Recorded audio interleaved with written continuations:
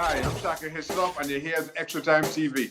Check the mic and make sure it sound right, boys. Hey everyone, welcome to another edition of Extra Time TV. This is Andre Sooklal, joined by the other Andre. Andre, how are you today? I'm pretty good, pretty excited for tomorrow as well. So looking forward to a positive result. Yes, there's a massive matchup, folks. We have to win this game. But before we get started on a lighthearted note, Andre, a lot of people have been messaging and saying we should now call this the Andre and Andre podcast. The two Andres or something like that. That was fun. That's actually hilarious. I mean, That's a nice ring to it. That's a nice ring to it. It does.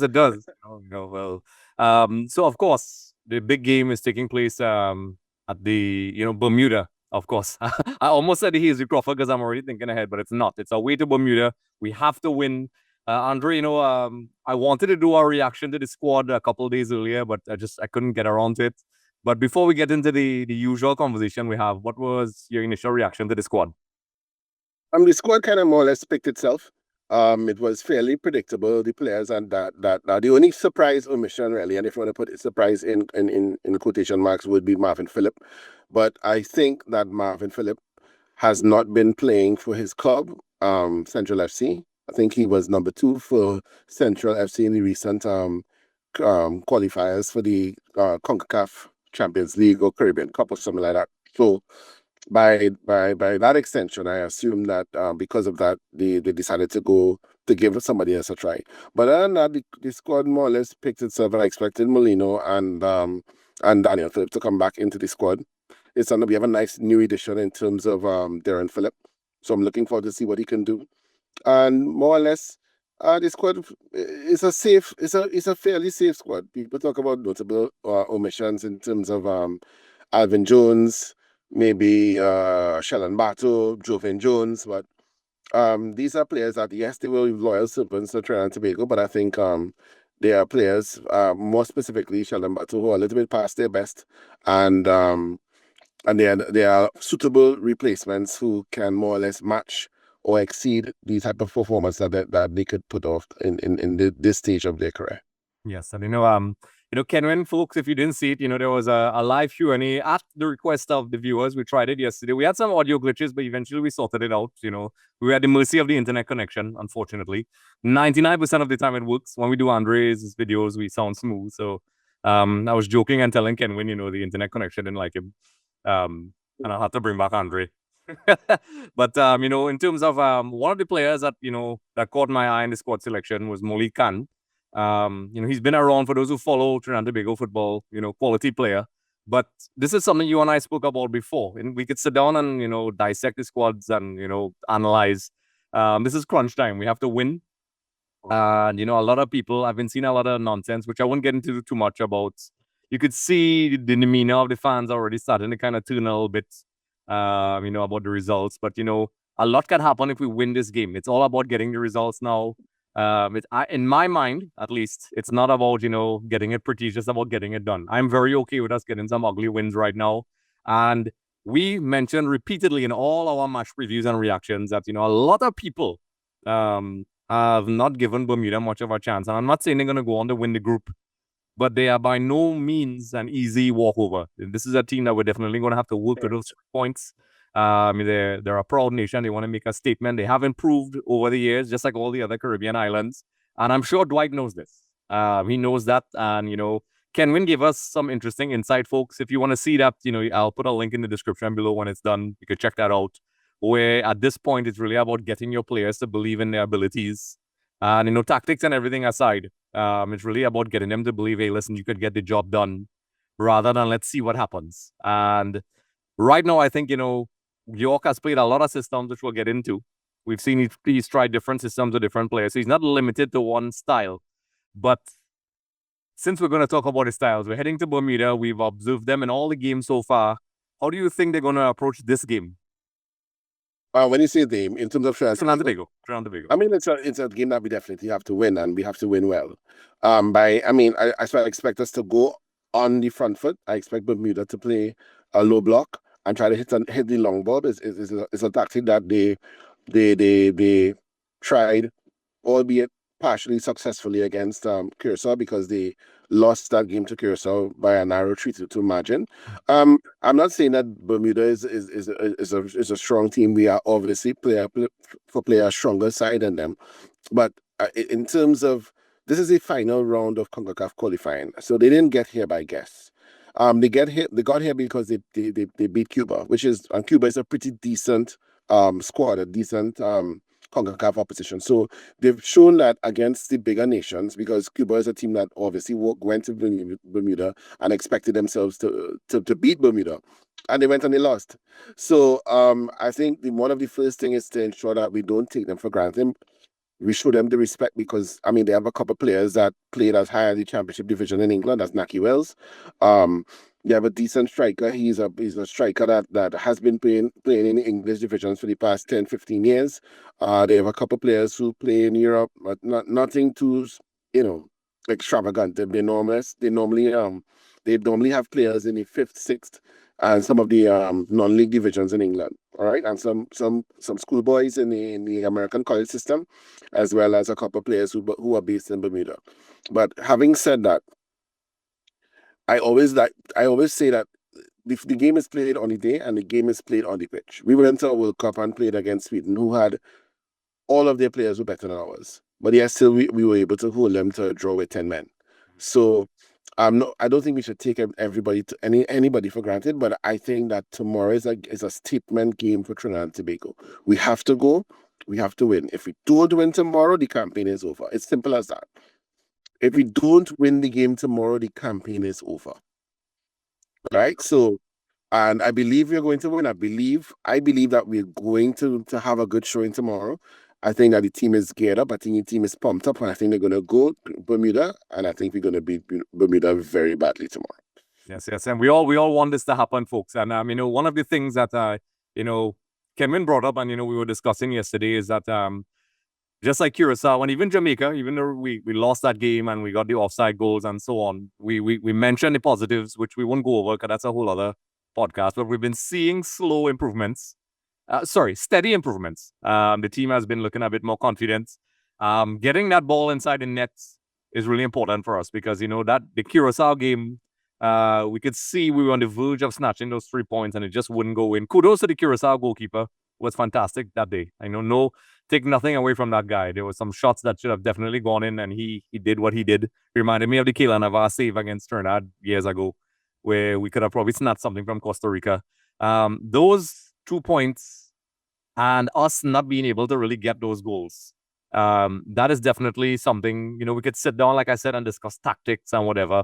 But that's something I'm wondering if it plays on the mind of the players. And I think the earlier we score, Andre, the quicker we get on that score sheet, I think that calmness will hit the team. Hopefully not complacency. Yorke is the kind of guy, clearly, I don't think will allow that. And I think once we get that first goal in, hopefully don't concede any. I think that's when I think it will open up and we get that confidence. Because I've seen with teams, even club teams that I follow, when they're going through a little bit of a goal scoring drought, there's an anxiety that builds up. Plus, the stage is big. This is for us to get to the World Cup. So there's no bigger stage in a long time for Trinidad and Tobago than now in these particular games. So I'm hoping that goal scoring situation, is gone, because Kenvin spoke about, Levi Garcia. We spoke about the lack of real number 9s for Trinidad for a long time. Levi being used as a sort of false 9.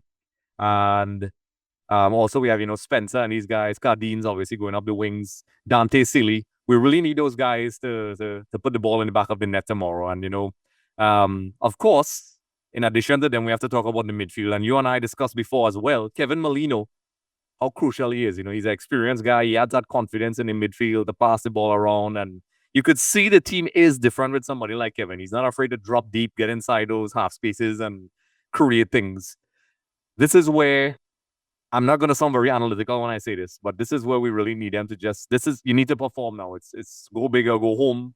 And the reality is, somebody asked me this, Andre. They said, Andre, how come you didn't do a lot of people are doing videos about what Trinidad needs to do? And there were people that did videos, and I'm that nothing is wrong with the videos. What I'm going to say is what you have been saying all along. We just simply have to win. We'll worry about the goal differences and the things that are out of our control afterwards. But the priority is getting a win. And like you said, I think we can get it tomorrow. because that is literally our only hope of staying alive. That is within our control in this campaign. Because if we don't get that, as you said, I think it's pretty much done, barring some mathematical, No, it's done. phenomenon. It's done if we don't get a victory tomorrow. The Yeah. campaign is as good as over. I'm not even gonna pretend that it's that that it's over or it's not over. So, but I believe that this team has a lot of goals in them. Yeah, we went through a couple games where we didn't score previously against Curacao. They had a shot cleared off the line. Against Jamaica, we scored 3 offside goals. And going back to the Gold Cup, we scored against Haiti, we scored against Saudi Arabia. I mean, we didn't score against the USA, but I mean they're the USA. Then dialing back even further at the cup, the Unity Cup. We didn't score against Ghana, I believe, but we put 2 past Jamaica in that game as well. We were in the 3-2 game. Going back even further, I think we played St. Kitts. We scored 6 against St. Kitts. Going back, and then I think against Costa Rica, Levi scored against Costa Rica. We lost 2-1. Then going back there, we put 4 past Cuba at home. Then going back, we put 2 past Cuba. We beat Cuba 2-1 away from home. So this team has goals. I'm not worried about with them scoring goals. I mean, it was unfortunate. It's a rare occurrence for a player to score a hat-trick of outside goals. Yeah. A half a second here, half a second there. I mean, at least 2 of them would have been legitimate goals. So it's like I think the team will score. Dante Sealy is in pretty good form. You could see that he has the golden touch with his left foot. Real Gill has been scoring. Terry Spicer has been very, very positive coming off the bench for his club, new club Orlando. We have also Molino coming, even playing for Defense Force in the Caribbean Cup, where he scored a long-range shot against the side from the Dominican Republic.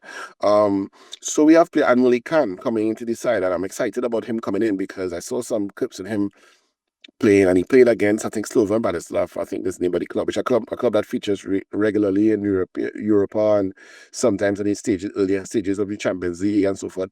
And he was the best player on the pitch in that game. I'm thinking they lost the game 3-2 or 2-1 or something like that. He scored one of the goals. But he was the class player on the pitch, and he's maturing into a really, really, really solid player. So I see him as our number 8. I think the number 6 will be the rock in the middle, which is Phillips. I think between Andre Sooklal, who's not really playing much for his club, and I think Stefan Yates battling for the number 8 spot. You have the number 10, who's the Kevin Molinos of this world. Who else could play number 10? I think the Fredericks could play number 10 as well. I'm not quite sure. So we have a nice little depth in terms of the midfield. And then don't forget, we have Johnny Fortune, who's just coming back from injury. He's normally a player who plays number 8 for us. So we have strength on the wings with, as I said before, we have Telfer, we have Spicer, we have the young, Kylie Ovray. Yeah. We have, Dante.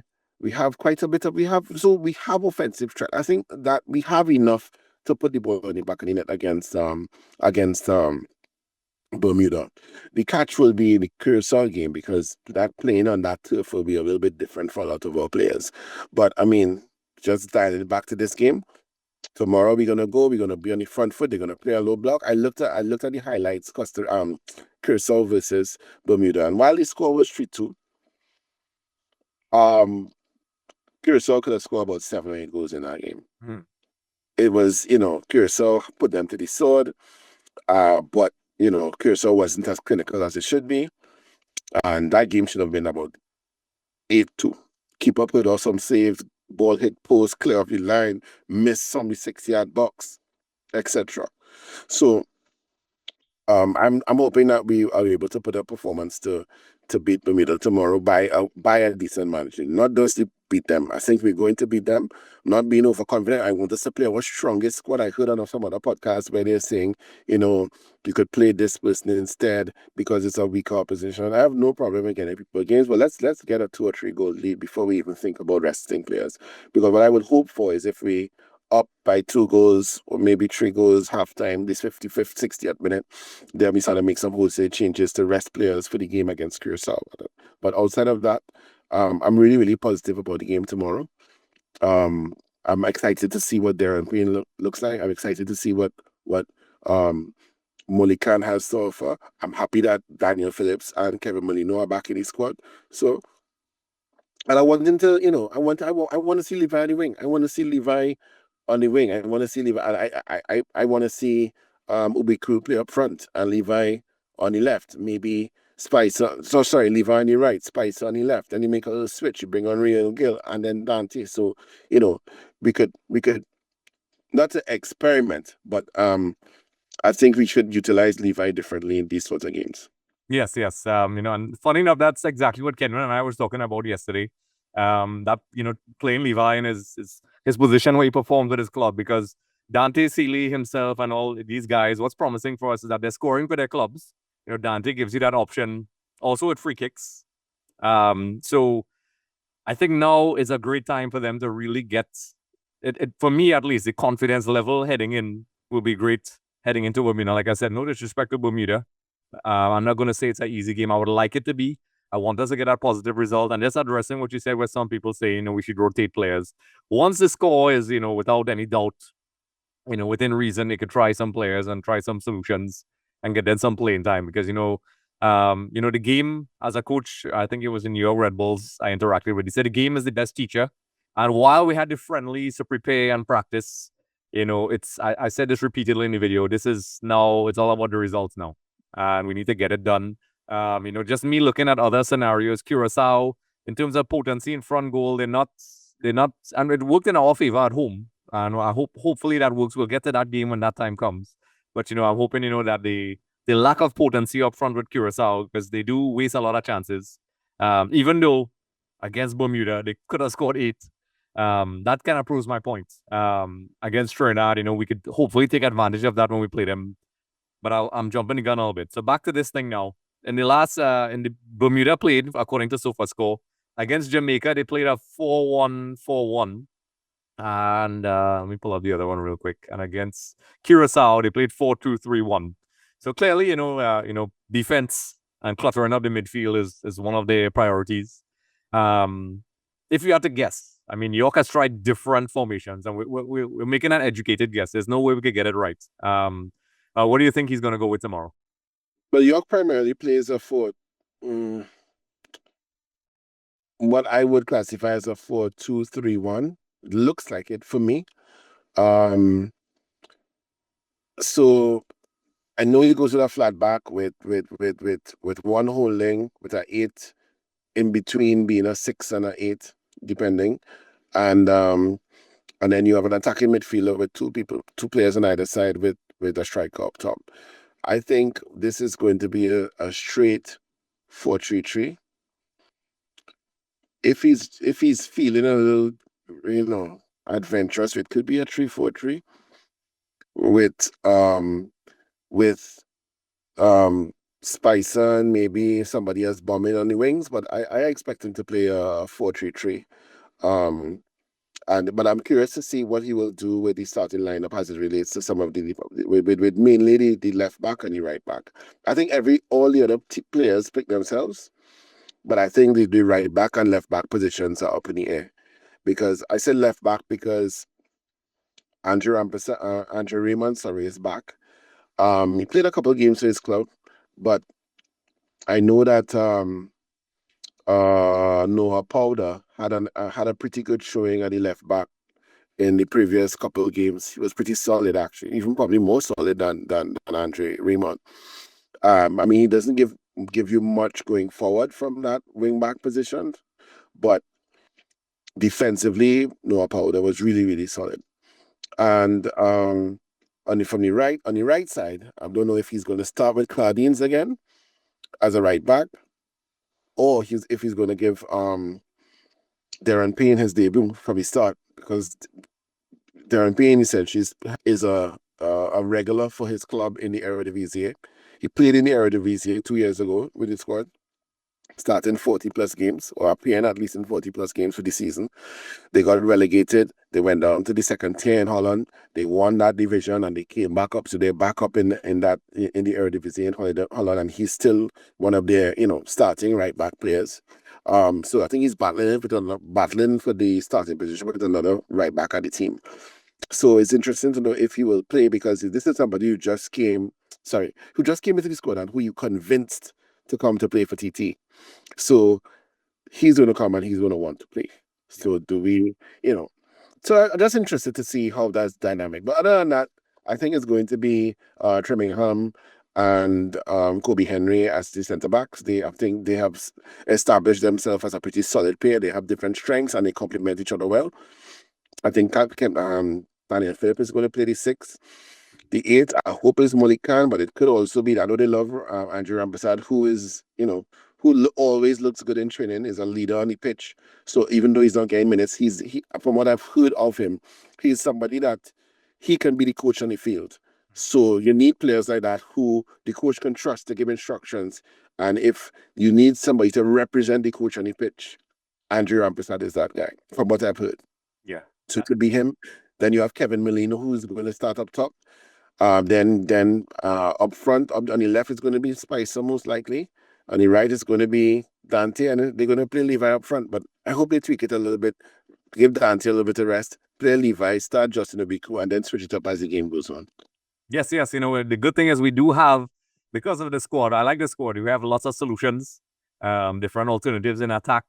And, you're starting to, for those of you who had doubts, you're starting to see a lot of people ask about Dwight Yorke. People love to ask this question, the philosophy of the coach. It's a often misused term. Sometimes people overdo it sometimes, but you're starting to see Yorke has a clear identity now, how he wants to play, the type of players he wants. He really likes those dynamic attacking wingers, and he's trying to get that balance. And you could see there's a direction, which is a more philosophical discussion we'll talk about afterwards, about, coaches having time, because he kind of got, as we said before, he came in at a time where we have to win. And our people are already having discussions post qualifiers. Do we keep Yorke or whatever? I've been seeing that coming around on local media and so on. And I feel that's a bit premature. There were people actually asking for him to be fired, which to me, I think is crazy. Absolutely nuts. Why, if you're going to fire and bring in somebody now, and they were even trying, which I think was hilarious to me, to make these comparisons, to make it seem like the Leo Ben Hacker situation. Well, we had Bertil Sinclair, and then we fired him toward the campaign, but it's not the same. It's not the same scenario at all. It's way too much to get into now, and I thought it was ridiculous. But I'm seeing a clear identity. So let's talk about the table real quick. So Jamaica obviously is on top with 6 points. Curacao 4. We are on 1 point, and Bermuda is at the bottom of the table. Now, for me, Andre, just trying to be super positive and stretching that silver lining, because I want to be positive for us. Obviously, we need to win so we can get on 4 points. Hopefully we don't concede any goals. And in my mind, a great scenario is maybe Jamaica wins and runs away with the group at 9 points and keeps Curacao at 4. And that way we could sort of leapfrog Curacao, hopefully, just numerically. And that game at home will be a little less daunting, still difficult. So that way we'll be both on 4 points and then we could jump over. Or the other scenario, of course, it's a scenario time and we could do a boatload of these, but these are the main ones I think could help us. So Jamaica, all right, wins the other game, we win our game. That's great heading into the Curacao game. Of course, the other possible scenario is, Curacao wins. They end up on 7, which isn't ideal because then there's a kind of gap of possibly 2 points if we get 4 points. But to me, the ideal scenario is Jamaica wins and just runs away with the group. And we go for that second spot mathematically. Of course, it's impossible. We are both. Yeah. I have a different view. I don't. I actually want Curacao to win, and I'll tell you why. Okay. I don't want Jamaica to run away with the group because I think the group is still open. Right. I think because when it's such a small turnaround for games, it's just 6 games. You look at matchups. So we played Curacao once, the Bermuda, Jamaica once, and you're just looking at the head-to-heads, right? Right. So once we win our individual head-to-heads, then it will work in our favor. Oh, so, for example, we drew with Curacao. So we have to beat Curacao in the next game to make sure we are ahead in that head-to-head. We lost to Jamaica in that game, but Jamaica has to come to Trinidad. So if we beat Jamaica in that game, then that neutralizes that head-to-head. So then it puts it into things that you can't control. So Jamaica already beat us. All right.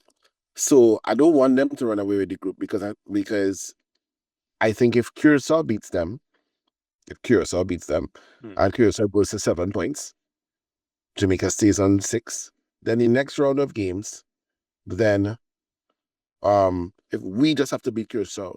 Mhm. And if we beat Curacao, we'll go on 7. Jamaica will beat Curacao will be on 7, Trinidad will be on 7, and Jamaica will be on 9. So that brings us to a scenario where Curacao and Jamaica have to play each other again, so they will draw points. Mhm. We have to play Bermuda, so we have to win that game, and then it comes down to our final game in Trinidad against Jamaica. Yep. So if we keep Jamaica within a certain range of points, then it will come down. There's a potential scenario. If we win these 2 games, if we beat Jamaica in Trinidad, we qualify for the World Cup. Yes. I think it. So if Curacao wins that game, beats Jamaica, it sets up that scenario where we could win to qualify. If Jamaica runs away the group, then the last game will be of no consequence. We'll be hoping for second. But I'm saying all of this, Yep. and nothing will matter if we don't win tomorrow. We have to win tomorrow. Yeah. And we have to beat Curacao. These two games are games that we have to win. Yes. We have to win tomorrow, and we have to win Curacao. Making my head-to-head point. I mean, if we draw with Curacao on Tuesday, I think Tuesday's the game, Tuesday or Wednesday. If we draw with Curacao on Tuesday, Wednesday, maybe there's a chance based on the head-to-head matchup. But Jamaica will also run away with the group if Trinidad and Curacao keep dropping points. So an ideal scenario for me: Curacao wins tomorrow. Trinidad wins both games. Yes. Jamaica wins on Tuesday. So we'll have 9, 7, 7 heading to our 2 final home games. Yes. And if we win those 2 home games, we qualify for the World Cup. It's as simple. It's that simple. And as you rightfully said, you know, and all this is completely negated if we don't win the game. So we have to win 6 points. We need those 6 points. And then, you know, we could start sitting down and have another discussion like this, scenario time with Andre and Andre. That's a little segment I'll make up. But yeah, so that essentially is it. When we win to win, if we win these 2 games, and they're away games, then I would fancy our chances because I mean, I was speaking to one of my partners and we was talking about Trinidad football and whatever and Weedy Doldrums. But I want to ask you something. Jog back your memory. When last Trinidad lost a football game at home? I remember we spoke about it last time. It's been a while. We don't lose games at home. Very, very. You have to think back really, really fast. It's a while now, yeah. We don't lose games at home. We show up at home. Mhm. We will get or we will get thumped abroad or we lose games abroad. But when it comes to our home territory, we either win or we draw the game, no matter the opposition. Correct. So I'm kind of looking forward to that home advantage coming home. So if we get these 6 points, I would like our chances of getting at least second place. Yep. Provided that, and a chance at first if Curacao beats Jamaica. Correct. Have to remember, in the last 4 games, we played our 2 toughest opponents here. So in our last couple of games, we played Bermuda twice in our last 4 games. In Jamaica's last 4 games, they have to play Curacao twice. In Curaçao's last 2 games, they have to play Jamaica twice. So we have that slight advantage because we obviously didn't play Bermuda as yet. So that's how I look at it.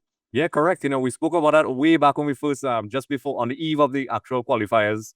You know, that was exactly the topic. We're going to have those. It's going to be tough for the first 4 games. You know, obviously the first home game, but, you know, having those home games, heading into that with that positive result will be perfect, ideal for us, you know, set the stage. It's definitely in our hands. So, I mean, we'll see how it goes. You know, we could sit down and I'll probably, because we are proper fans, we'll probably be staring at the ceiling tonight thinking about how this is going to go. I know how it goes with me and I know you're the same way. So, you know, in terms of we spoke about the key players and the formations and all those things. And, you know, it's really down to the players to execute tomorrow. And Kenwin made a great point. He said, you know, it's really now, and Yorke knows this, of course, you know, these guys are proper coaches with European experience, Champions League football. You know, Kenwin obviously played in the Premiership and so on. They are all aware of this, and it's now for the players to get down and execute. Kenwin said, you know, when he was there, obviously, there was a lot of experienced players, and even before that, when they made it to the World Cup, there was a lot of players playing in Europe. So a lot of them they were battle hardened, and they knew what it took to grind out those results. And these guys, I'm sure Dwight Yorke is probably working on this with the guys psychologically. A lot of these guys, this is their first, real shot at the World Cup and high stakes football, in a while. The way how the group is set up. So it's really so many factors in play, which, we could sit here and talk about it all day, but that's what they're working on right now. And of course, as Trinidad fans, we wish them the best. We want them to win. But let's head down to the final stage. Unless there's anything else you want to add, prediction. No. We can do some predictions here, and I'm going to be bold with it. I think Trinidad is going to win tomorrow by 4-0. Nice. I agree. I think we're gonna unleash the floodgates. Of course, like I said, I always preface this by saying, the Trinidadian fan in me, and is the analyst. And this is the first time both of them sort of coincide. Like they're in the line where I think we're gonna get a victory. The defense has improved, progressively since Yorke took over, and I think it's gonna be a 3-0. A 3-0. I think we'll get a lot of chances, and when you and I will be talking to each other like, oh, it should have been 10. And like I said, no disrespect to Bermuda. I just want to make that clear. And the Jamaicans, by the way, Andre, off topic before we go. I got a lot of love from the fans from Jamaica. I was very impressed. We had lovely, healthy conversations during the watch along. So I was genuinely humbled by the response from not just Trinidad and Tobago viewers, but people from the Caribbean and so on. So it's good that we could all have healthy discourse during the game, even though there's competition. That gives me faith in the human race sometimes. Sometimes some people, they take it a little too far. I mean, I'm passionate, but I get it. But anyway, I think it's going to be a 3-0 victory. You think it's going to be 4? People, drop your comments in the comment section below. Do you agree? Do you disagree? Do you think we're absolutely insane? And that's the thing about football. We can all look at the same team and game and interpret it differently. And that's the beauty of the game. So let us know what you think in the comment section. Like, subscribe, share. Stay tuned for the watch along. One of these days I'll probably drag Andre to the studio and we'll do one, or we'll probably meet somewhere and do one. And it's a lot of fun, so look out for that. So with that being said, folks, let us know your thoughts. Check out extvmedia.com. Follow us on the socials. That's been helping the channel tremendously. We've had a lot of growth in the last couple of months, and it's good to see that the passion for Trinidad and Tobago football is still there with the fans. And even though sometimes we may disagree, it's there, and that's good. And along with the other YouTubers out there, Scully and all these guys who are doing a great job, it's great. Andre, you and I would understand how this feels. How there's peaks and troughs, and sometimes people talk about football and they don't. So, Andre, it's been an absolute pleasure. Everybody will definitely have a discussion after the game, and hopefully we get those 3 points. So, see you soon. Bye.